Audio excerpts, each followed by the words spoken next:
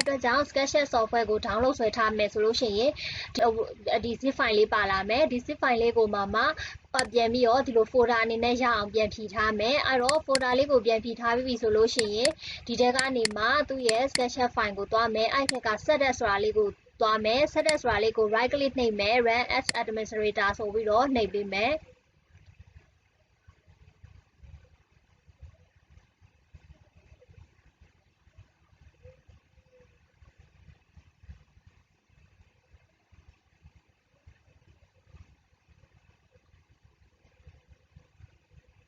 အခါမှာဒီမှာဆိုလို့ရှိရင်သူက English ဘာသာအနေနဲ့ပဲရွေးမယ်ကဲရွေးချိန်ချင်တယ်ဆိုရင်တော့ဒီမှာချိန်လို့ရတယ်အဲ့တော့အခုမချိန်တော့ဘူးဒီမှာ install ဆိုပြီးတော့ service set install မယ်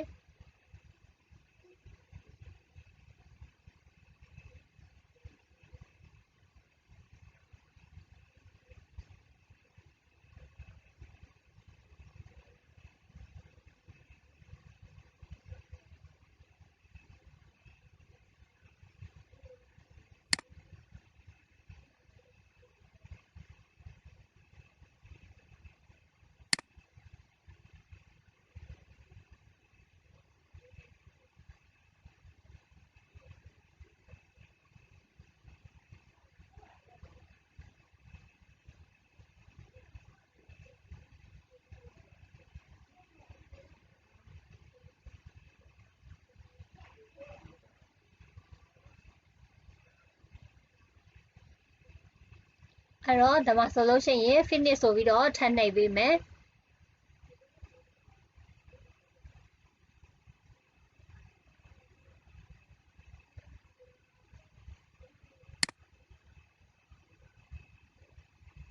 အဲ့တော့ဒီမှာဆိုလို့ရှိရင်သူက SketchUp file ကတော့ပွင့်ရနေပြီဒါပေမဲ့သူ့ကိုသွားပြီးဖွင့်တဲ့ခါကျရင်သူကဒါက register version မဟုတ်တဲ့အတွက်ကြောင့်မို့လို့ခဏပဲသုံးရတာဖြစ်လိမ့်မယ်အဲ့အတွက်ကြောင့် register version ဖြစ်အောင်လို့ crop version ကိုယူမယ်ပြီးပြီဆိုလို့ရှိရင်တော့ SketchUp ဆိုတဲ့ဒီ file လေးကို copy ကူးမယ်အဲ့အတွက်ကြောင့် right click ယူမယ် copy ကူးမယ်ပြီးရခါကျတော့စောစောကဒီ folder လေးနေရာလေးမှာ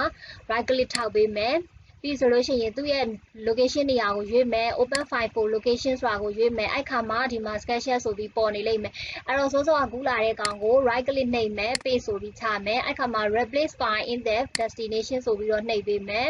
အဲ့တော့ continue ဆိုတာဆက်နှိပ်ပေးမယ်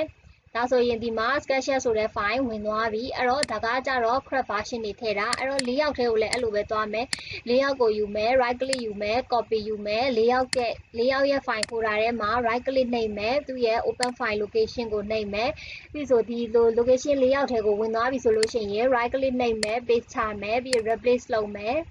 ပြီး continue နှိပ်မယ်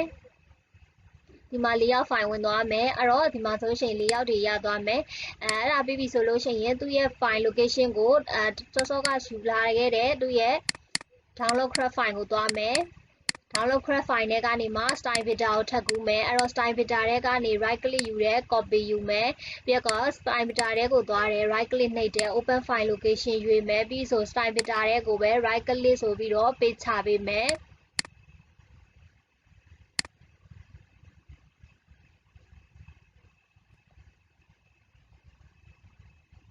အဲ့တော့ style vector ထဲလည်းဝင်သွားမယ်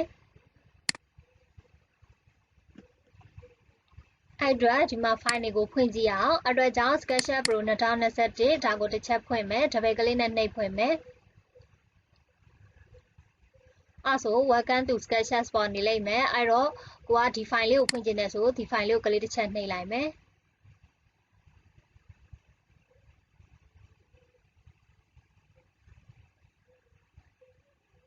အဲ့တော့ဒီမှာဆိုလို့ရှိရင် SketchUp file ပွင့်လာပြီအဲ့တော့ဒီ file version ကဆိုလို့ရှိရင်သူက register သွင်းထားပြီးသားဖြစ်တယ်အဲ့အတွက်ကြောင့်သူမှာသူ့ရဲ့အကြောင်းကိုသိချင်တယ်ဆို about SketchUp ဆိုတာလေးတွားကြည့်လိုက်မယ်ဆိုရင်ဒီမှာ version 64 bit ဆိုပြီးတော့ပေါ်ပေးလိမ့်မယ်